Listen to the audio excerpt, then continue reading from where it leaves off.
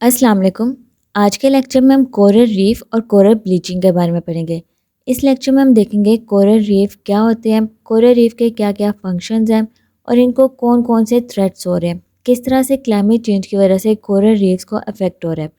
फिर इसके बाद हम कोरल ब्लीचिंग के बारे में पढ़ेंगे। इसमें हम देखेंगे किस तरह से कोरल ब्लीचिंग हो रही है, कोरल ब्लीचिंग के क्या क्या कॉजेज़ हैं और किस तरह से हम इसे कंट्रोल कर सकते हैं।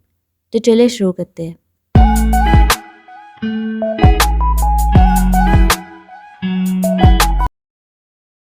कोरल एक लिविंग एनिमल है। जैसे कि इस डायग्राम में हम देख सकते हैं, ये हमारे पास कोरल है और ये ओशन में प्रेजेंट होते हैं। कोरल का माइक्रोस्कोपिक एल्गीज जूनथिलाई के साथ सिम्बायोटिक रिलेशनशिप होता है। सिम्बायोटिक रिलेशनशिप हम कहते हैं जिसमें दोनों ऑर्गेनिजम्स एक दूसरे को बेनिफिट प्रोवाइड कर रहे हो, तो उसे हम सिम्बायोटिक रिलेशनशिप कहते हैं। तो कोरल का सिम्बायोटिक रिलेशनशिप एक माइक्रोस्कोपिक एल्गीज जूनथिलाई के साथ होता है और ये माइक्रोस्कोपिक एल्गी कोरल के ऊपर रहते हैं। तो ज़ुंथला सी फ्लोर में रहने के बजाय कोरल के ऊपर रहते हैं ताकि वहाँ पे उनको अडेक्वेट अमाउंट में लाइट मिल सके, क्योंकि ज़ुंथलाई फोटोसिंथेसिस करते हैं और इस फोटोसिंथेसिस के प्रोसेस के लिए ज़ुंथलाई को सनलाइट की ज़रूरत होती है। इसलिए वो कोरल के ऊपर रहते हैं ताकि वहाँ पे उनको प्रॉपर अमाउंट में लाइट मिल सके। और इसके बदले में ज़ुंथलाई कोरल को न्यूट्रिएंट्स प्रोवाइड करते हैं, क्योंकि जब ज़ुंथलाई फोटोसिंथेसिस करते हैं तो इस प्रोसेस में वो न्यूट्रिएंट्स की प्रोडक्शन करते हैं। तो इस तरह से ज़ुंथलाई कोरल को न्यूट्रिएंट्स प्रोवाइड करते हैं। तो इसमें हम कह सकते हैं कि कोरल ज़ुंथलाई को शेल्टर प्रोवाइड करते हैं और इसके बदले में ज़ुंथलाई कोरल को फूड प्रोवाइड करते हैं। तो इस तरह से एक सिम्बायोटिक रिलेशनशिप क्रिएट होता है। फिर इसके बाद इन एक्टिविटीज़ से ज़ुंथलाई कोरल को एनर्जी के लिए फिक्स कार्बन कंपाउंड प्रोवाइड करते हैं, उनकी कैल्सिफिकेशन को इन्हेंस करते हैं और एलिमेंटल न्यूट्रिएंट फ्लक्स को मीडिएट करते हैं। मतलब कोरल के जो न्यूट्रिएंट साइकिल है उसमें भी हेल्प करते हैं। इसके अलावा जैसे कि इस डायग्राम में हम देख सकते हैं, यहाँ पे हमें कोरल्स के डिफरेंट कलर नज़र आ रहे हैं, लेकिन एक्चुअल में ये कोरल के कलर्स नहीं है। कोरल का जो एक्चुअल कलर होता है वो वाइट होता है, क्लियर वाइट कलर होता है। कोरल के जो कलर है ये जूनथिलाई की वजह से होते हैं। जूनथिलाई कोरल्स के ऊपर रहते हैं जिसकी वजह से जूनथिलाई कोरल्स को ये कलर प्रोवाइड करते हैं, वरना एक्चुअल में कोरल का कलर वाइट होता है। कोरल के जो टिश्यूज़ होते हैं उनका अपना कोई कलर नहीं होता।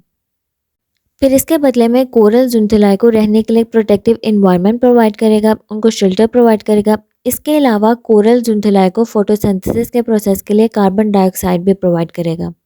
जैसे मैंने आपको स्टार्टिंग में बताया कि कोरल एक लिविंग एनिमल है, तो ये रेस्पायरेशन करेंगे और रेस्पायरेशन के प्रोसेस में ये ऑक्सीजन का इंटेक करेंगे और कार्बन डाइऑक्साइड को रिलीज करेंगे और इस कार्बन डाइऑक्साइड को जूनथिलाई फोटोसिंथेसिस के प्रोसेस के लिए यूज़ करेंगे।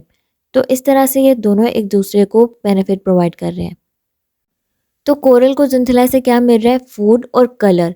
और ज़ुंथलाई को कोरल से क्या मिल रहा है? शेल्टर और फोटोसिंथेसिस के प्रोसेस के लिए कार्बन डाइऑक्साइड। अब नेक्स्ट है टाइप्स ऑफ कोरल्स। कोरल्स दो तरह के होते हैं, हार्ड कोरल और सॉफ्ट कोरल, जैसे कि सी फैंस और गोरगोरियंस वगैरह। इसमें जो हार्ड कोरल्स होते हैं सिर्फ वही रीफ बनाते हैं। इस डायग्राम में हम देख सकते हैं, ये हमारे पास सॉफ्ट कोरल है और ये हार्ड कोरल है। अब ये रीफ बनते किस तरह से है ये अब हम देखते हैं। तो बहुत से टाइनी एनिमल्स मिलकर कोरल रीफ बनाते हैं जिन्हें पॉलिप्स कहा जाता है।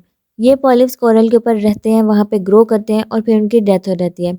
जब इन पॉलिप की डेथ हो जाती है तो ये वहाँ पे अपने स्केलेटन छोड़ जाते हैं, जो कि लाइमस्टोन और कैल्शियम कार्बोनेट के बने होते हैं। फिर इन लाइमस्टोन के ऊपर न्यू पॉलिप्स बनते हैं। ये पॉलिप्स उसी तरह वहाँ पे रहते हैं, वहाँ पे ग्रो करते हैं और फिर उनकी भी डेथ हो जाती है और ये भी अपने लाइमस्टोन और कैल्शियम कार्बोनेट के बने हुए स्केलेटन वहाँ पे छोड़ जाते हैं। इस तरह से कोरल के ऊपर एक लेयर बनती जाती है जिसे रीफ कहा जाता है और फिर इस तरह से कोरल रीफ की फॉर्मेशन होती है। फिर इसके बाद रीफ बिल्डिंग, जिसे हर्माटाइपिक कोरल्स भी कहा जाता है, ऐसे कोरल जिसमें रीफ की फॉर्मेशन हो रही हो। ये डिफरेंट शेप्स में बन सकते हैं। कोरल रीफ की डिफरेंट शेप्स हो सकती हैं, जैसे कि ब्रांच, टेबल लाइक, या फिर मैसिव कप की तरह, या फिर नूब, जैसे कि इस डायग्राम में हम देख सकते हैं। इस तरह से डिफरेंट टाइप्स के कोरल रीफ्स हो सकते हैं। इसके अलावा ज़्यादातर कोरल रीफ्स ट्रॉपिकल और सब ट्रॉपिकल रीजन्स में प्रेजेंट होते हैं, लेकिन कुछ कोरल रीफ्स ऐसे होते हैं जो कोल्डर रीजन में भी पाए जाते हैं। इसमें जो ट्रॉपिकल और सब ट्रॉपिकल रीजन्स में होते हैं वो ज़्यादातर सरफेस वाटर में देखे जाते हैं और जो कोल्डर रीजन में होते हैं वो डीप वाटर में देखे जाते हैं।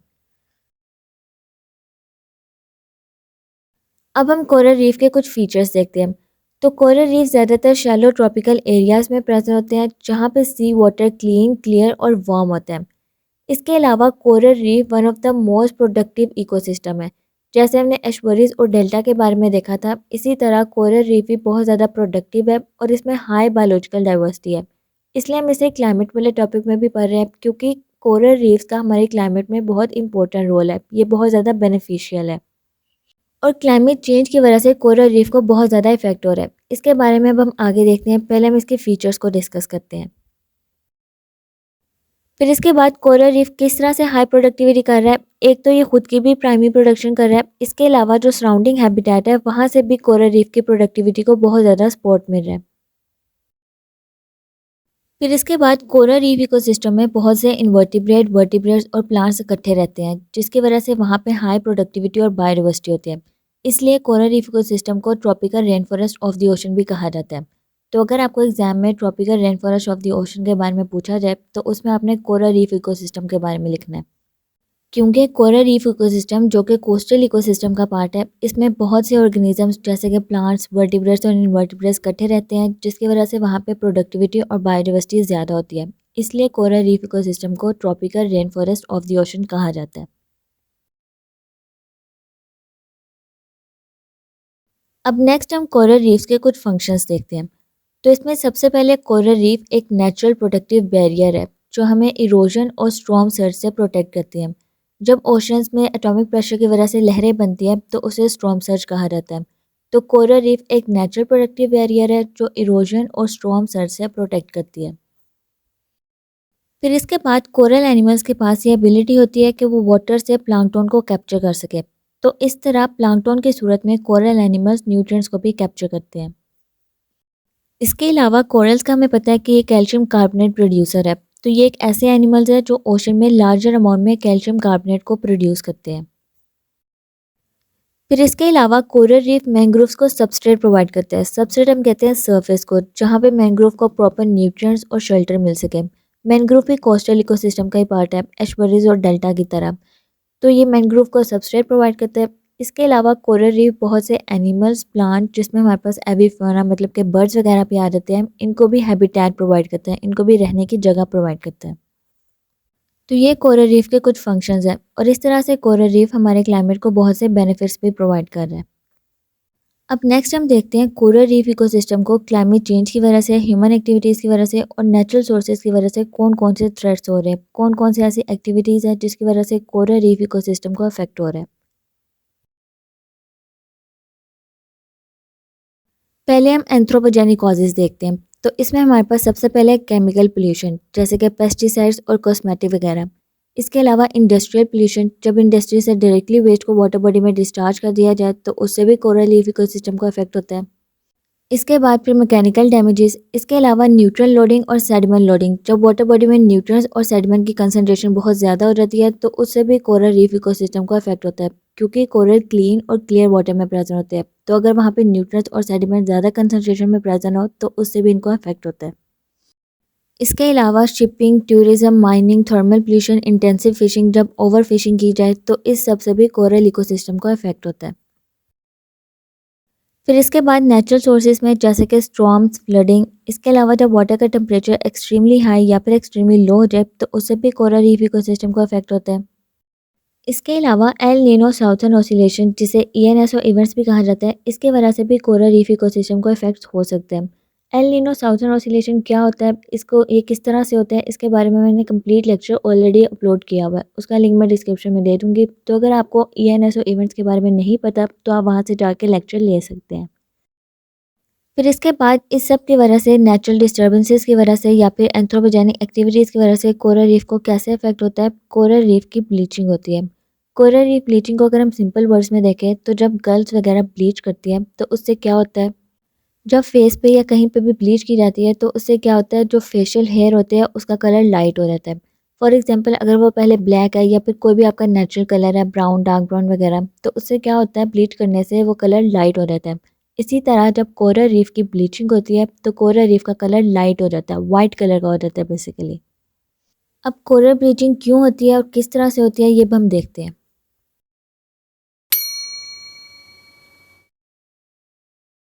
अब हम देखते हैं कोरल ब्लीचिंग क्या होता है। कोरल ब्लीचिंग में सबसे पहले तो आपने ये बात याद रखनी है कि कोरल ब्लीचिंग का मतलब ये नहीं है कि कोरल की डेथ हो गई है। इसमें सिंपली कोरल की डीकलरेशन होती है। जब कोरल में से कलर चला जाए तो उसे कोरल ब्लीचिंग कहा जाता है। तो ब्लीचिंग या फिर पेलिंग ऑफ कोरल को कोरल ब्लीचिंग कहा जाता है। अब ये होता कब है? जब कोरल में ज़ूनथलाई की डेंसिटी कम हो जाए या फिर ज़ूनथलाई में फोटोसिंथेटिक पिगमेंट की कंसंट्रेशन कम हो जाए। जैसे मैंने आपको स्टार्टिंग में बताया था कि कोरल और ज़ूनथलाई का आपस में सिम्बायोटिक रिलेशनशिप होता है। ज़ूनथलाई कोरल को फूड और कलर प्रोवाइड करता है। इसके बदले में कोरल ज़ूनथलाई को शेल्टर प्रोवाइड करता है, जिससे ज़ूनथलाई कोरल के ऊपर रहते हैं। वहाँ पे उनको अडेक्वेट अमाउंट में सनलाइट मिलती है और उस सनलाइट की हेल्प से ज़ूनथलाई फोटोसिंथेसिस कर पाते हैं। तो जब कोरल में से ज़ूनथलाई की डेंसिटी कम हो जाती है, जब कोरल में से ज़ूनथलाई चले जाते हैं तो उससे फिर कोरल की ब्लीचिंग होती है, क्योंकि कोरल का अपना कोई कलर नहीं होता। जो भी कलर होता है कोरल का वो ज़ूनथलाई की वजह से होता है, ज़ूनथलाई प्रोवाइड करता है। इसलिए जब ज़ूनथलाई नहीं रहेंगे तो कोरल का कलर भी ख़त्म हो जाएगा और कोरल वाइट कलर का हो जाएगा। इस प्रोसेस को हम डायग्राम से देखते हैं। तो ये हमारे पास यहाँ पे हेल्दी कोरल है, ये कोरल है, ये कोरल के रीफ है और ये ज़ूनथलाई है जो कि एक माइक्रोस्कोपिक एल्गी है। तो यहाँ पे कोरल ज़ूनथलाई को शेल्टर प्रोवाइड कर रहे हैं और ज़ूनथलाई फोटोसिंथेसिस के प्रोसेस के थ्रू कोरल को फूड और कलर प्रोवाइड कर रहे हैं। फिर जब कोरल स्ट्रेस्ड होते हैं इन्वायरमेंट में चेंजेस की वजह से या सनलाइट की वजह से या टेम्परेचर की वजह से, इसके डिफरेंट कॉजेज़ हैं, ये अब हम नेक्स्ट देखते हैं। तो उससे क्या होता है, ज़ूनथलाई टॉक्सिक हो जाते हैं और वो कोरल को छोड़ देते हैं। इससे क्या होता है, कोरल का कलर ख़त्म हो जाता है, कोरल वाइट कलर के हो जाता है, क्योंकि कोरल में जो कलर है वो ज़ूनथलाई की वजह से है। और जब ज़ूनथलाई चले जाते हैं तो उससे कोरल का कलर ख़त्म हो जाता है और वो वाइट कलर के हो जाते हैं, जिसे फिर ब्लीच कोरल कहा जाता है। तो ये कोरल ब्लीचिंग का प्रोसेस है।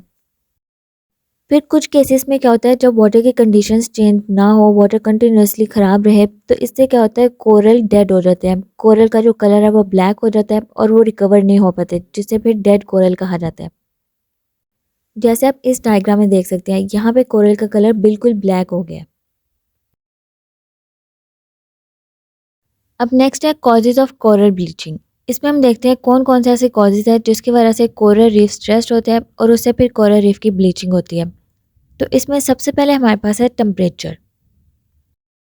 कोरल रीफ नॉर्मल टेम्परेचर में रहते हैं। जब वाटर का टेम्परेचर एकदम से ज़्यादा हो जाए या फिर एकदम से कम हो जाए तो उससे कोरल ब्लीचिंग हो सकती है। ज़्यादातर कोरल ब्लीचिंग ज़्यादा टेम्परेचर होने की वजह से होती है। जब वाटर का टेम्परेचर एकदम से ज़्यादा हो जाए, एलिवेट कर जाए, तो उससे फिर कोरल ब्लीचिंग होती है। इसके अलावा जब टेम्परेचर एकदम से गिर जाए तो उससे भी कोरल ब्लीचिंग होती है। फिर इसके बाद जब अपवेलिंग होती है, अपवेलिंग हमने एल नीनो साउथर्न ऑसिलेशन वाले टॉपिक में पढ़ा था कि जब वाटर नीचे से ऊपर की तरफ आता है, कोस्टल एरियाज़ में जब वाटर नीचे से ऊपर की तरफ आता है तो उसे अपवेलिंग कहा जाता है। तो वो वाटर अपने साथ बहुत से न्यूट्रिएंट्स भी लाते हैं, जिससे फिर कोरल ब्लीचिंग होती है। इसके अलावा जब सीजनल कोल्ड एयर होती है, जब मौसम एकदम से बहुत ज़्यादा ठंडा हो जाता है तो उससे टेम्परेचर कम हो जाता है, जिससे फिर कोरल ब्लीचिंग होती है। फिर इसके बाद सोलर इरेडियंस। सोलर रेडिएशन की वजह से भी कोरल ब्लीचिंग होती है। ज़्यादातर गर्मियों के मौसम में या फिर जब सीजनल टेम्परेचर होता है, जब टेम्परेचर बहुत ज़्यादा होता है, तब सोलर रेडिएशन की वजह से शैलो लिविंग कोरल्स को बहुत ज़्यादा इफेक्ट होता है।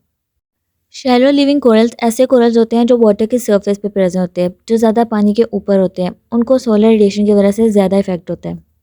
जो कोरल रीफ वाटर के अंदर होते हैं उन्हें ज़्यादा इफेक्ट नहीं होता, लेकिन जो कोरल वाटर की सरफेस पे प्रेजेंट होते हैं या पानी के ऊपर ऊपर होते हैं, उन्हें ज़्यादा सोलर रेडिएशन की वजह से इफेक्ट होता है।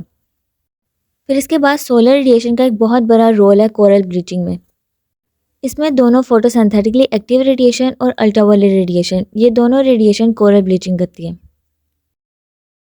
फिर इसके बाद जब वाटर बॉडीज़ में सेडिमेंटेशन की कंसंट्रेशन ज़्यादा हो जाती है तो उससे भी कोरल ब्लीचिंग हो सकती है, लेकिन ज़्यादातर केसेस में ऐसा नहीं होता। बहुत कम केसेस में, ये बहुत कम पॉसिबल है कि सेडिमेंटेशन की वजह से कोरल ब्लीचिंग हो। फिर इसके बाद इनऑर्गेनिक न्यूट्रिएंट्स। जब वाटर बॉडीज़ में कोस्टल एरियाज़ में न्यूट्रिएंट्स की कंसंट्रेशन जैसे कि अमोनिया और नाइट्रेट की कंसंट्रेशन ज़्यादा हो जाए तो उससे क्या होता है, वाटर बॉडीज़ में ज़ूनथलाई की डेंसिटी 2 to 3 टाइम इंक्रीज़ हो जाती है।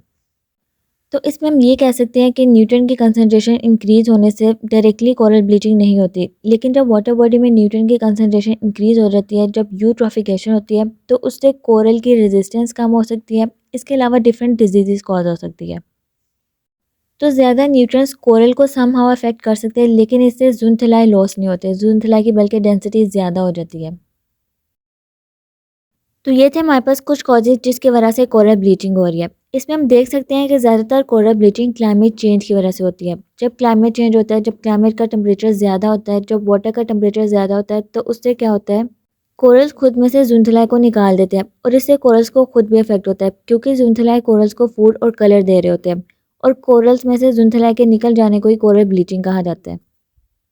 तो इस तरह से क्लाइमेट चेंज की वजह से, टेम्परेचर के इंक्रीज़ हो जाने की वजह से कोरल ब्लीचिंग होती है। इसके अलावा जब कार्बन डाइऑक्साइड की कंसंट्रेशन ज़्यादा हो जाती है, ग्रीन हाउस गैसेस जैसे कि, तो उससे ओशन एसिडिफिकेशन होती है। सी लेवल में कार्बन डाइऑक्साइड का कंसंट्रेशन ज़्यादा हो जाता है और जब कार्बन डाइऑक्साइड का कंसंट्रेशन ज़्यादा हो जाता है तो इससे कोरल का जो स्केलेटन होता है, जो कोरल रीफ होते हैं, वो वीकन हो जाते हैं और फिर वो खुद को स्ट्रेस कंडीशन से रिकवर नहीं कर पाते। इसके अलावा एक्सट्रीम वेदर पैटर्न्स की वजह से भी, न्यूट्रिएंट स्ट्रेस की वजह से भी, सोलर रेडिएशन, सनलाइट की वजह से भी कोरल ब्लीचिंग होती है और ये सब चीज़ें क्लाइमेट चेंज होने की वजह से हो रही है। अब हम देखते हैं हम कोरल ब्लीचिंग को किस तरह से कंट्रोल कर सकते हैं। तो इसमें सबसे पहले ग्रीन हाउस गैसेस के एमिशन को रिड्यूस करके, क्योंकि जब सी का टेम्परेचर इंक्रीज होता है तो ये एक मेन रीज़न है जिससे कोरल ब्लीचिंग होती है। फिर इसके बाद मेरीन प्रोटेक्टेड एरियाज़ को इस्टेब्लिश करके भी हम कोरल ब्लीचिंग को रिड्यूस कर सकते हैं। इसमें अगर हम ह्यूमन इम्पैक्ट को रिड्यूस करें, जैसे कि ओवर फिशिंग और डिस्ट्रक्टिव प्रैक्टिसेस, तो उससे भी हम कोरल ब्लीचिंग को कंट्रोल कर सकते हैं। फिर इसके बाद पोल्यूशन को कंट्रोल करके भी हम कोरल ब्लीचिंग को रिड्यूस कर सकते हैं, स्पेशली एग्रीकल्चर रन ऑफ के थ्रू जो पोल्यूशन क्रिएट होता है, जैसे कि पेस्टिसाइड्स और न्यूट्रिएंट्स वगैरह, इनको रिड्यूस करके भी हम कोरल रीफ के स्ट्रेस को रिड्यूस कर सकते हैं। फिर इसके बाद कोरल मॉनिटरिंग, कोरल रीफ की हेल्थ को रेगुलरली मॉनिटर करने से भी हम कोरल रीफ ब्लीचिंग को कंट्रोल कर सकते हैं। फिर इसके अलावा एजुकेशन और अवेयरनेस, लोगों को कोरल रीफ की इंपॉर्टेंस के बारे में अवेयर करना, उन्हें बताना कि ये कितने इंपॉर्टेंट है और हमें इसको प्रोटेक्ट करने की ज़रूरत है, इससे भी हम कोरल ब्लीचिंग को कंट्रोल कर सकते हैं। तो ये था हमारा आज का लेक्चर। आज के लेक्चर में हमने कोरल रीफ और कोरल ब्लीचिंग के बारे में पढ़ा है। इसमें हमने देखा है कोरल रीफ एक लिविंग एनिमल है जिसका माइक्रोस्कोपिक एल्गी ज़ूनथलाई के साथ सिम्बायोटिक रिलेशनशिप होता है। ज़ूनथलाई कोरल रीफ के ऊपर रहते हैं। ये दोनों एक दूसरे को बेनिफिट देते हैं। कोरल ज़ूनथलाई को शेल्टर और फोटोसिंथेसिस के प्रोसेस के लिए कार्बन डाइऑक्साइड देते हैं। इसके बदले में ज़ूनथलाई कोरल को फूड और कलर देते हैं, क्योंकि कोरल का अपना कोई कलर नहीं होता। कोरल एक्चुअल में वाइट कलर के होते हैं और इनको ये जो ब्यूटीफुल कलर्स होते हैं ये ज़ूनथलाई की वजह से होते हैं। ज़ूनथलाई कोरल को ये कलर प्रोवाइड करते हैं। फिर इसके बाद हमने देखा है कोरल रीफ किस तरह से बिल्ड हो रहा है, इसके क्या क्या फीचर्स है, कोरल रीफ के क्या क्या फंक्शंस हैं, कौन कौन से बेनिफिट्स हैं, और फिर हमने देखा है कोरल रीफ को कौन कौन से थ्रेट्स हो रहे हैं। इसमें हमने मेन कोरल ब्लीचिंग के बारे में देखा है। कोरल ब्लीचिंग के बारे में हमने देखा है कि ये एक ऐसा प्रोसेस है जिसमें कोरल में से ज़ूनथलाई की डेंसिटी और फोटोसिंथेटिक पिगमेंट की कंसंट्रेशन कम हो जाती है, जिसकी वजह से कोरल ब्लीचिंग होती है। कोरल ब्लीचिंग कोरल की डेथ को नहीं बल्कि कोरल की डीकलरेशन को कहते हैं। जब कोरल में से कलर चले जाते हैं तो उसे कोरल ब्लीचिंग कहा जाता है। फिर इस प्रोसेस को हमने डायग्राम से समझने की कोशिश की है। इसके बाद फिर हमने देखा है कोरल ब्लीचिंग के क्या क्या कॉजेज़ है, क्लाइमेट चेंज की वजह से कोरल ब्लीचिंग को कैसे इफेक्ट हो रहा है, और फिर लास्ट में हमने देखा है कि हम कोरल ब्लीचिंग को किस तरह से कंट्रोल कर सकते हैं। तो ये था हमारा आज का टॉपिक। आज का टॉपिक थोड़ा सा लेंथी था, लेकिन ये इंपॉर्टेंट टॉपिक है, स्पेशली कोरल ब्लीचिंग के बारे में एग्जाम्स में ज़रूर पूछा जाता है। तो अगर आपको इस टॉपिक से रिलेटेड कोई भी क्वेश्चन पूछना है, अगर आपको कोई भी कन्फ्यूजन है, तो आप मुझे कमेंट बॉक्स में पूछ सकते हैं। अपना ख्याल रखिएगा, मेरे चैनल को सब्सक्राइब कर दें। टेक केयर, अल्लाह हाफिज़।